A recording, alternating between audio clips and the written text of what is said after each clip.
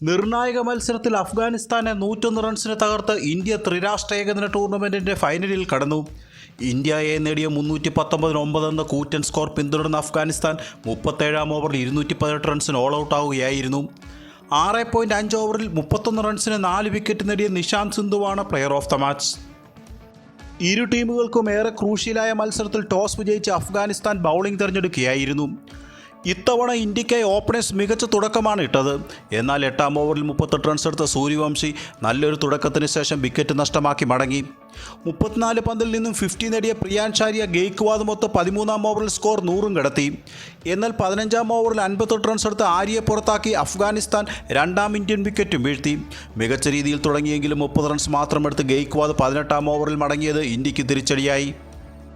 4-ാം വിക്കറ്റിൽ കുമാർ കുശാഗ്ര തിലക് വർമ്മ സഖ്യം നന്നായി ബാറ്റ് വീശിയതോടെ അഫ്ഗാൻ ബൗളിങ്ങിനെതിരെ ഇന്ത്യ അനായാസം റൺസ് കണ്ടെത്തി മുന്നേറി. 60 പന്തിൽ നിന്ന് കുശാഗ്ര ആദ്യം 50 നേടിയപ്പോൾ 67 പന്തിൽ നിന്ന് തിലക് വർമ്മ ടൂർണമെൻറ്റിലെ 3-ാമത്തെ 50യും സ്വന്തമാക്കി. എന്നാൽ ഇരുവരും പുറത്തായതോടെ റൺ വേഗം കുറഞ്ഞ ഇന്ത്യക്കായി വിപ്രാജ് നിഗം നിഷാന്ത് സിന്ധു കൂട്ടുകെട്ട് 319-9 എന്ന മികച്ച ടോട്ടലാണ് സമ്മാനിച്ചത്. തുടർന്ന് 3-ാം ഓവറിൽ തന്നെ ഓപ്പണർ ഹസനെ മടക്കി യാഷ് താക്കൂർ ഇന്ത്യൻ തിരിച്ചടിക്ക് തുടക്കമിട്ടു. ഒരറ്റത്ത് പൊരുതി നിന്ന ബഹിർ ഷായുടെ മികവിൽ അഫ്ഗാൻ അതിവേഗം റൺസ് കണ്ടെത്തുന്നുണ്ടെങ്കിലും വിക്കറ്റുകൾ ഇടവേളകളിൽ നഷ്ടമായിക്കൊണ്ടിരുന്നു. 48 പന്തിൽ നിന്നും 50 നേടിയ ഷായെ മടക്കിയത് വിപ്രാജ് നിഗമായിരുന്നു.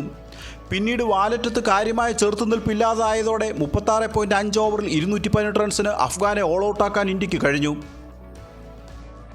101 റൺസിൻ്റെ കൂറ്റൻ വിജയം വന്നതോടെ 4 മത്സരത്തിൽ നിന്ന് 4 പോയിന്റുമായി പട്ടികയിൽ ഒന്നാമതെത്താനും ഫൈനലിൽ ഇടം പിടിക്കാനും ഇന്ത്യക്ക് കഴിഞ്ഞു.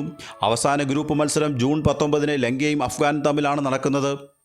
മറ്റൊരു വീഡിയോയുമായി വീണ്ടും കാണാം. നന്ദി.